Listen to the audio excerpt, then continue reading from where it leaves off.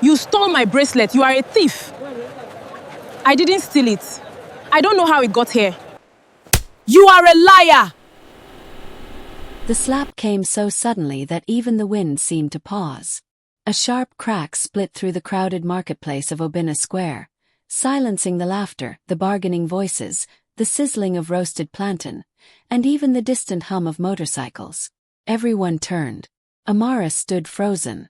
Her head tilted slightly to one side from the force of the blow. A thin line of dust clung to her cheek where Zara's palm had struck her. For a moment, she did not react. Not because she didn't feel it, but because she had long ago learned how to swallow pain without letting it show. Around them, the crowd began to murmur.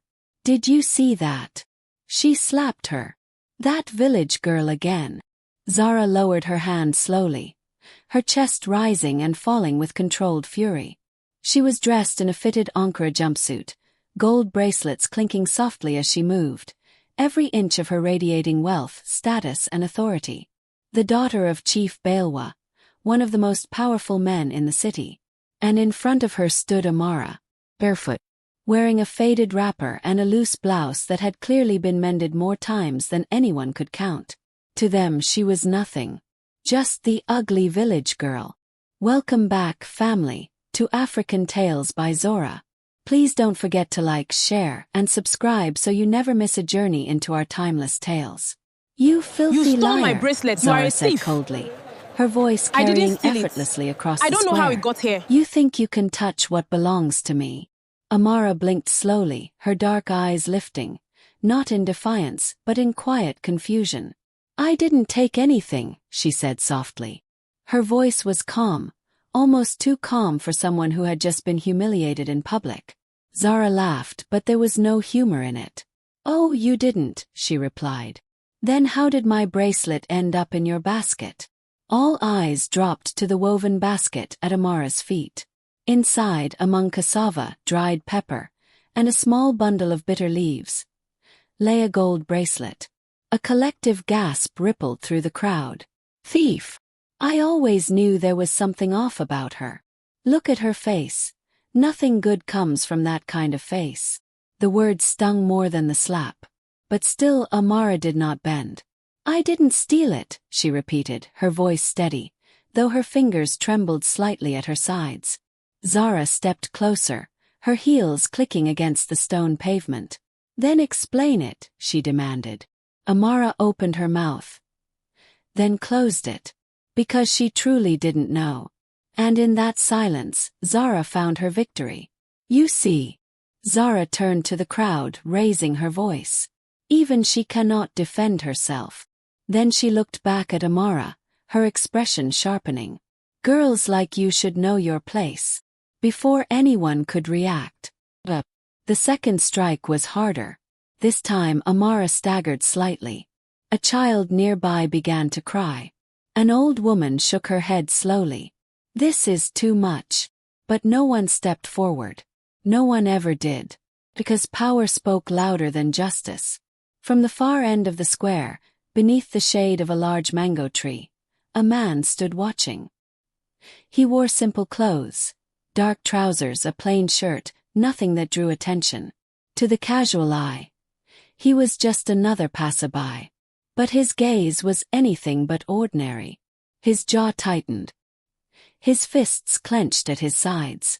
And in his eyes burned something dangerous. Not anger alone, but restraint. The kind of restraint that came from knowing that revealing himself, even for a moment, could destroy everything.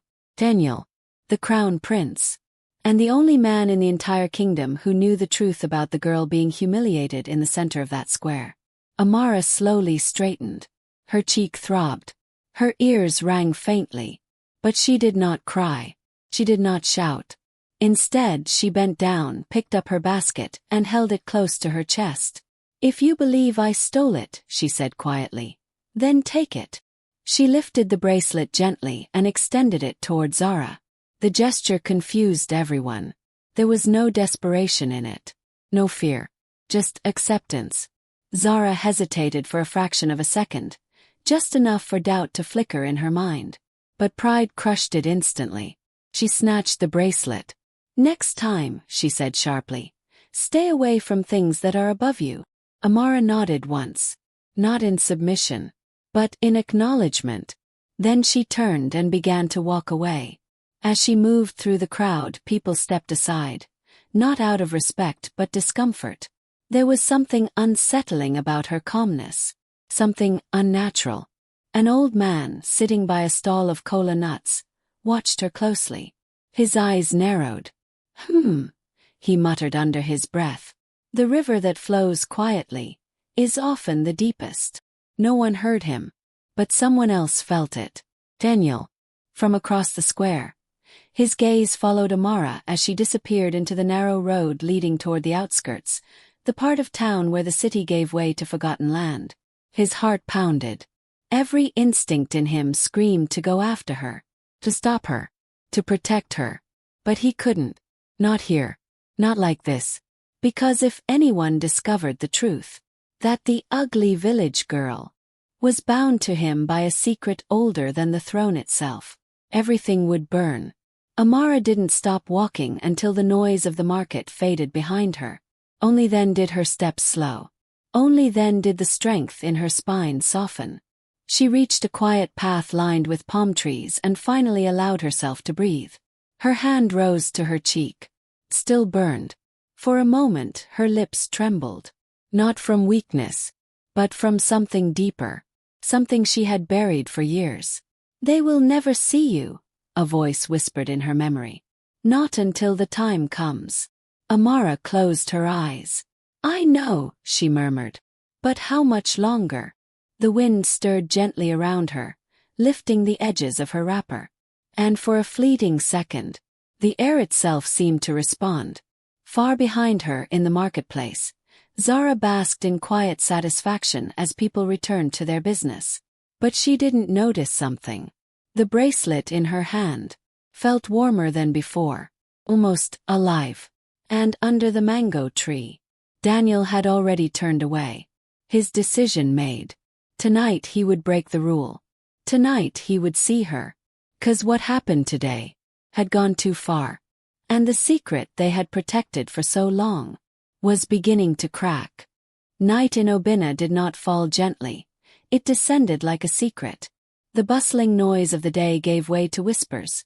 Distant drums, the hum of insects, the occasional bark of a restless dog. Lanterns flickered outside mud houses and concrete homes alike, casting long, wavering shadows that seemed to breathe with the wind. Beyond the city's bright edges, where the roads narrowed into quiet paths and the air smelled of earth and palm wine, Amara's small hut stood alone. It was the kind of place people passed without seeing. Just as they passed her. Inside, a single oil lamp glowed faintly. Amara sat on a low wooden stool, grinding dried herbs into powder with slow, practiced movements. Her face was calm again, as though the humiliation of the afternoon had been carefully folded away and hidden somewhere deep inside her. But her reflection, faintly visible in a cracked mirror on the wall, told a different story. The redness on her cheek had darkened. Her eyes carried weight. She paused, her hand resting on the mortar. They will never see you. The memory returned again. Amara exhaled slowly. I don't want them to see me, she whispered. I just want them to leave me alone. But even as she said it, she knew it wasn't entirely true. Because somewhere in her heart, there was someone she wanted to see her. Someone who already did. A sudden gust of wind pushed against the wooden door. Creaked softly. Amara's hand froze. The air shifted. Not violently, but noticeably. Like the quiet before rain. You shouldn't be here. Her voice was calm, but this time it wasn't directed at memory. The door opened slowly, and he stepped in. Daniel. No guards. No royal garments. No crown. Just a man standing in the doorway. His face half lit by the trembling flame of the lamp. But even stripped of status, there was something about him that could not be hidden. Authority. Burden. And something else tonight. Guilt. I had to come, he said quietly, closing the door behind him. Amara did not stand. Did not rush to him. Did not smile. You saw it, she said. It wasn't a question. Daniel swallowed. Yes. Silence stretched between them. Heavy. Unforgiving. You said it would stop, Amara continued, her voice steady but low. You said once the council calmed down, once the elders accepted. They will never accept it. Daniel snapped, the sudden edge in his voice breaking the stillness. Immediately he regretted it. He ran a hand through his hair, pacing once before stopping in front of her. This isn't about time, Amara. It's about law, tradition, bloodlines. And what about truth? She asked, finally looking up at him. Her eyes met his, and for a moment the room seemed too small to contain what passed between them. You know who I am. Daniel's chest tightened. Yes, he said softly. I know exactly who you are. Amara stood slowly. The lamplight flickered, and for the briefest second something changed. It was subtle, almost impossible to notice. But Daniel saw it. He always did.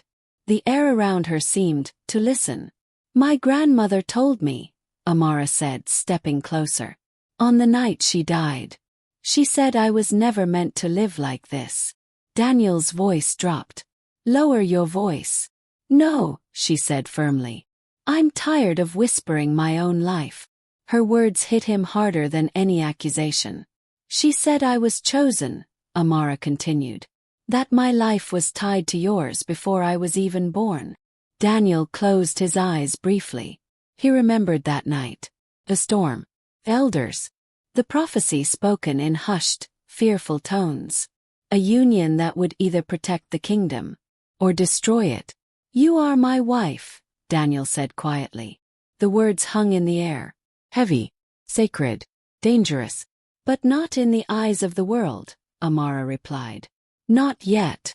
Her lips curved faintly, but there was no joy in it. Will there ever be a yet, Daniel? She asked. He didn't answer. 'Cause for the first time, he didn't know. Amara stepped past him, moving toward the small window. Do you know what they call me? She asked softly. Daniel's jaw tightened. Yes. Say it. He hesitated. Then reluctantly. Ugly. The word felt wrong in his mouth. Like a lie that had been repeated so often it had become accepted as truth. Amara nodded. They laugh at me. They avoid me. Today, her voice faltered just slightly. Today they slapped me like I was nothing. Daniel's fists clenched.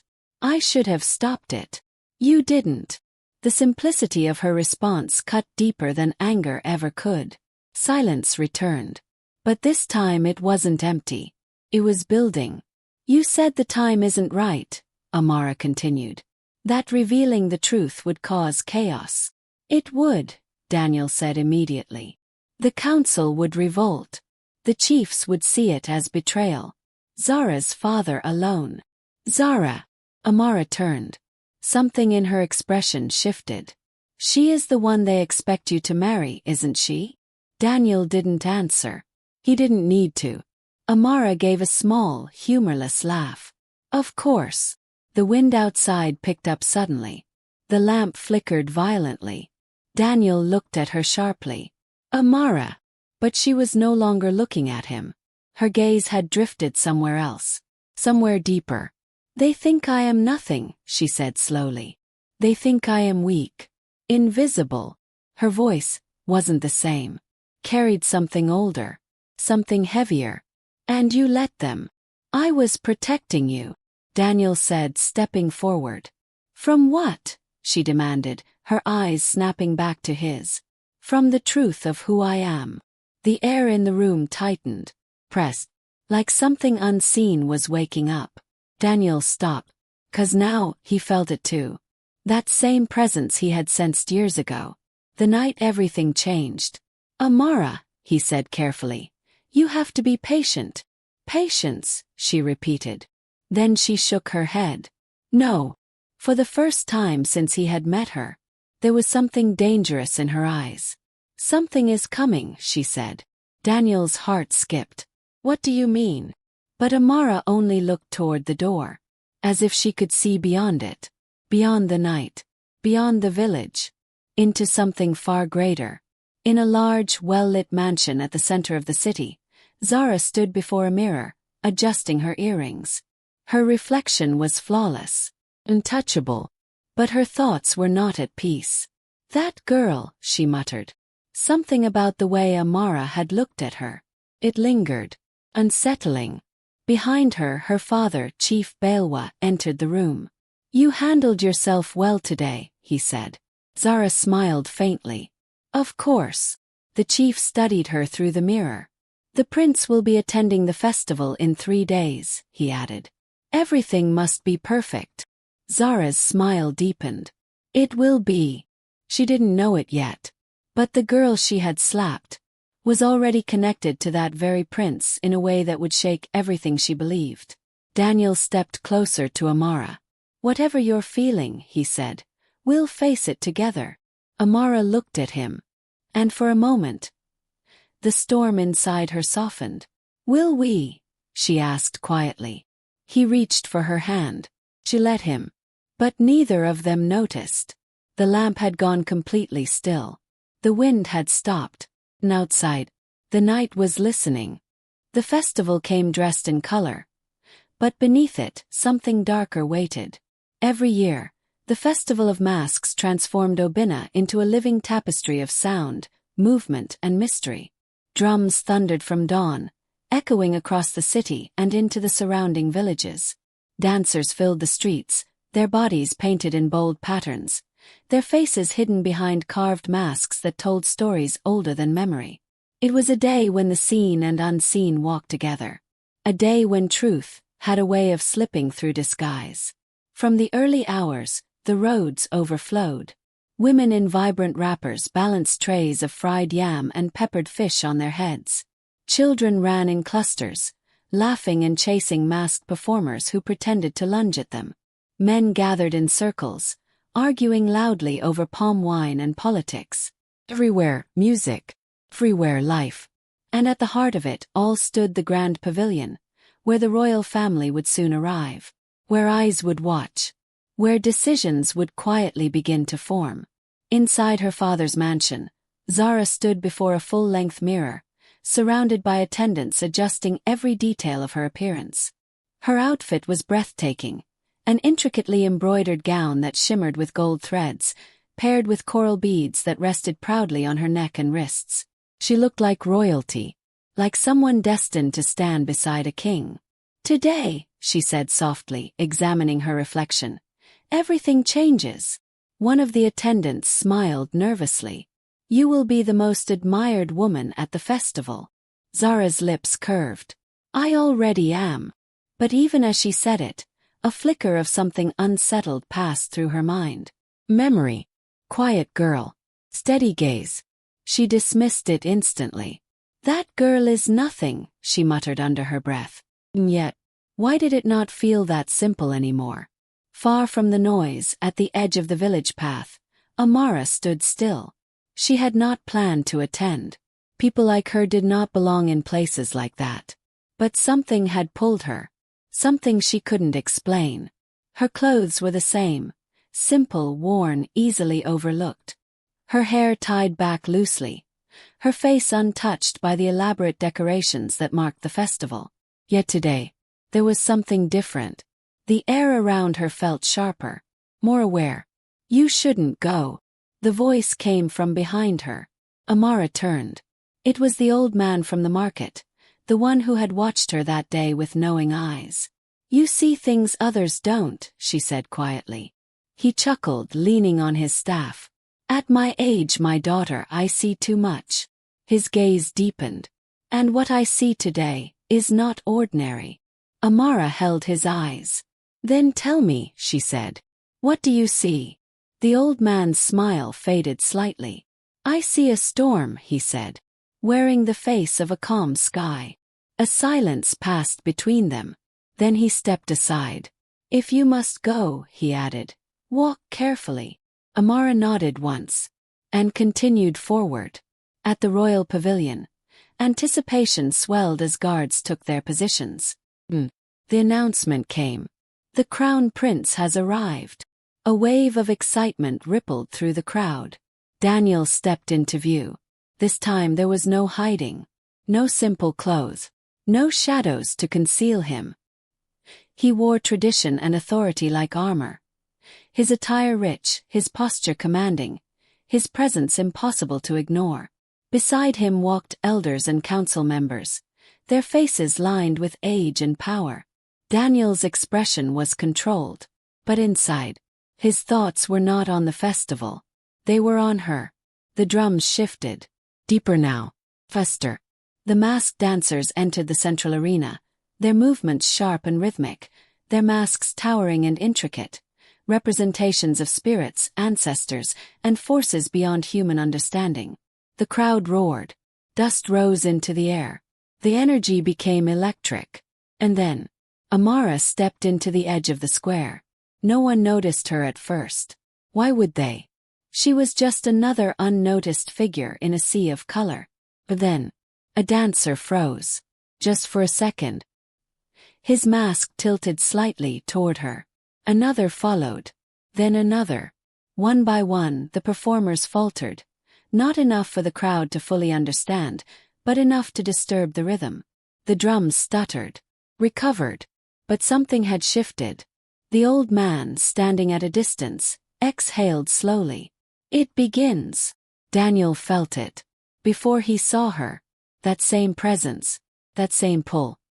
His gaze scanned the crowd. And found her. Standing at the edge. Unadorned. Unhidden. Their eyes met. And for a moment, everything else disappeared. The noise. The movement. The expectations. Zara, seated near the front, followed Daniel's gaze. Her smile faded. Slowly. Carefully. Until it was gone. Her eyes locked onto the figure he was staring at. Recognition hit instantly. You! Her fingers tightened around her bracelet. The one she had taken back. The one that still felt strange. What is she doing here? Zara whispered. But no one answered. Because something far more unsettling was already unfolding. The dancers began moving again, but not as before. Their rhythm had changed. Had become cautious. As if they were no longer performing, but responding. The lead dancer stepped forward. His towering mask facing Amara directly. He bowed. A sharp intake of breath spread through the crowd. What is he doing? That's not part of the dance. Another dancer bowed. Then another. One by one. They lowered themselves. Not to the prince. Not to the elders. But to her. The murmurs rose quickly now. Who is she? Why are they bowing? This isn't right. Zara stood abruptly. This is ridiculous, she snapped. It's a mistake. But her voice lacked its usual certainty. Because deep down, she felt it too. That something she could not control had just entered the stage. Daniel's heart pounded. Whoa. This wasn't supposed to happen. Not like this. Not yet. He stood suddenly. Stop the performance. One of the elders barked. But it was too late.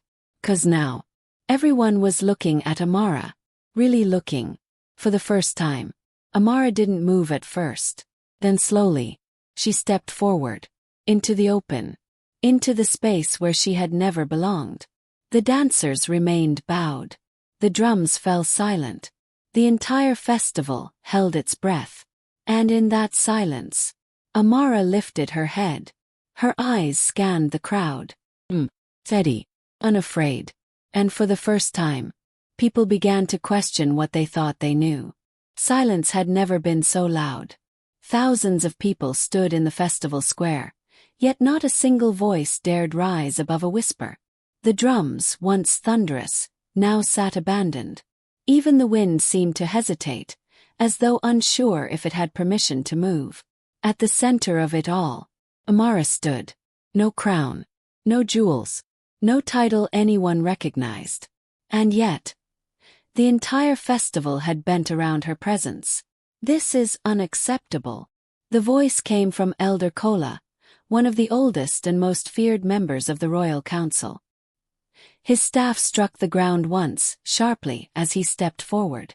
This performance has lost its discipline, he declared. Remove the dancers and clear the square. But the dancers did not move. Not a single one. Their heads remained bowed, their bodies still. It was as though they were listening to something beyond the elders' authority. A ripple of unease spread among the council members. "This is not ordinary," another elder muttered. "No," Elder Kola replied quietly. "It is not." Zara stepped forward before anyone else could act. Her heels struck the ground with controlled force, her chin lifted high. Her expression sharpened by pride struggling to maintain control. "This has gone far enough," she said, her voice cutting through the silence. All eyes turned to her. But that was how it was supposed to be. She pointed directly at Amara. "You," she said. "What game are you playing?"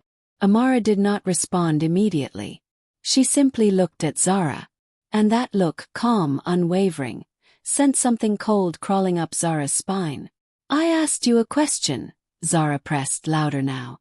"Or has your silence become your only defense?" A few people in the crowd shifted nervously. This was familiar. This was the balance they understood. Zara in control, Amara beneath her. But something about it no longer fit. Zara lifted her hand in frustration and froze.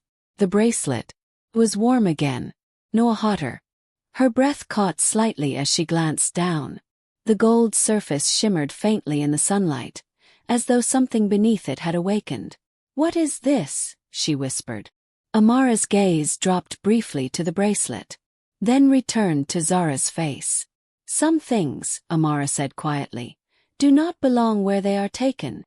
Zara's head snapped up. "Are you threatening me?" "No." Amara's voice remained calm. "I am telling you the truth." "Enough." Daniel's voice carried authority that no one could ignore. He stepped down from the pavilion, each movement deliberate, measured. But inside, everything was unraveling. This was happening too fast. The boundary was breaking. And once broken, there would be no restoring it. He stopped a few steps away from Amara. Close enough to protect. Far enough to hide. "You should not be here," he said to her, his tone controlled, but quieter than it should have been. Amara met his eyes. "Neither should the truth," she replied. A flicker of something passed across Daniel's face. Not anger. Recognition. "Wait." Someone in the crowd whispered. "Did you see that? The way he's speaking to her. That's not how a prince speaks to a stranger." The murmurs grew. Soft at first, then spreading, like fire finding dry grass. Zara heard it. And for the first time since this began, she felt something she did not understand. Fear. From the edge of the square, the old man stepped forward slowly, leaning on his staff. "Enough hiding," he said, his voice not loud, but somehow reaching every corner of the space. The elders turned sharply. "Who are you to speak here?" Elder Kola demanded. The old man smiled faintly. "Someone who remembers," he replied. A hush fell again. Even the elders did not interrupt him this time. "There was a night," the old man began. "Many years ago. A storm unlike any other. The sky split with thunder, and the earth trembled as if it feared what was to come." Daniel's jaw tightened. He knew this story. He had lived it. "The elders gathered," the old man continued. "A prophecy was spoken, not of peace but of balance. A union that would either save this kingdom, or bring it to its knees." The crowd listened, drawn in despite themselves. Zara shook her head. "This is nonsense." "Silence," one of the elders snapped. "'Cause now." They remembered too. The old man lifted his staff slightly, pointing, not at Daniel, but at Amara. "The child born that night," he said, "was not meant to live unseen. She was hidden, protected. Not because she was weak." His eyes sharpened. "But because she was too powerful to be known too soon." A collective breath swept through the crowd. Zara laughed, but it was strained now. "You expect us to believe that her," she gestured dismissively toward Amara, "is part of some ancient prophecy?" The old man didn't look at her. He looked only at Amara. "Show them," he said quietly. No. Daniel stepped forward instantly. His voice was no longer controlled. This is not how it happens, he said. This is not the time. Amara turned to him. And when will the time come? She asked. He didn't answer, because he had asked himself that question too many times already. The wind returned, but not gently. It circled the square, lifting dust, rustling fabric, pulling at the edges of the moment like something trying to tear it open. Amara closed her eyes. For a second, nothing happened. The bracelet on Zara's wrist burned. She gasped, clutching her arm. What is happening? The gold began to glow faintly. Soft pulsing light. The crowd stumbled back. This is not normal. Something is wrong. No, the old man murmured. Something is being revealed. Amara raised her hand slowly. Not toward Zara, but toward the bracelet. The light intensified. Zara cried out as the clasp suddenly snapped open. The bracelet fell, but it did not hit the ground. Hovered, suspended. Between them, the entire square froze. And in that moment, every assumption, every careless judgment, began to collapse. Amara opened her eyes. They were the same. And yet, there was something deeper in them now. Something ancient, unavoidable. That was never yours, she said softly. The bracelet drifted toward her, as if it recognized its owner, or something greater than ownership. Zara stumbled back. No, this is a trick, she said, shaking her head. You're manipulating them, this is some kind of...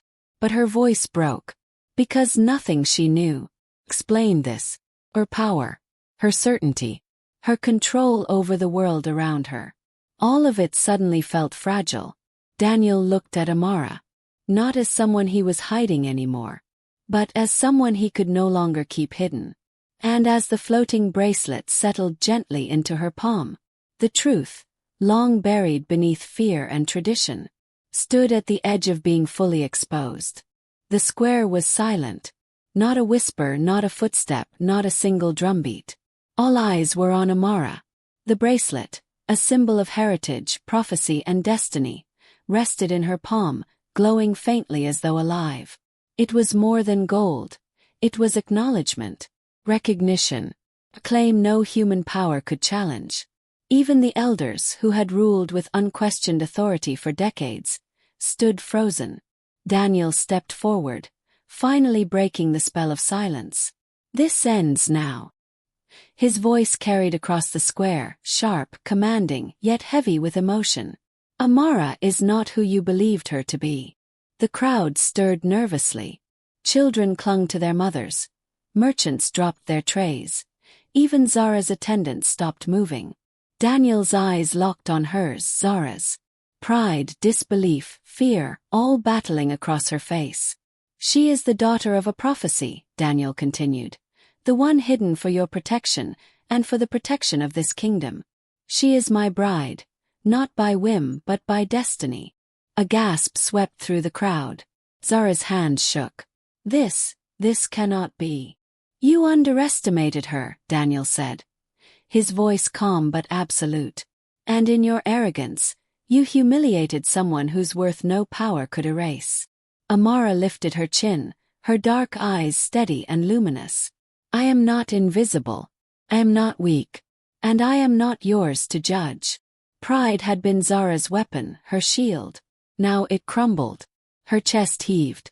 I don't understand. The crowd murmured, and the shift was palpable.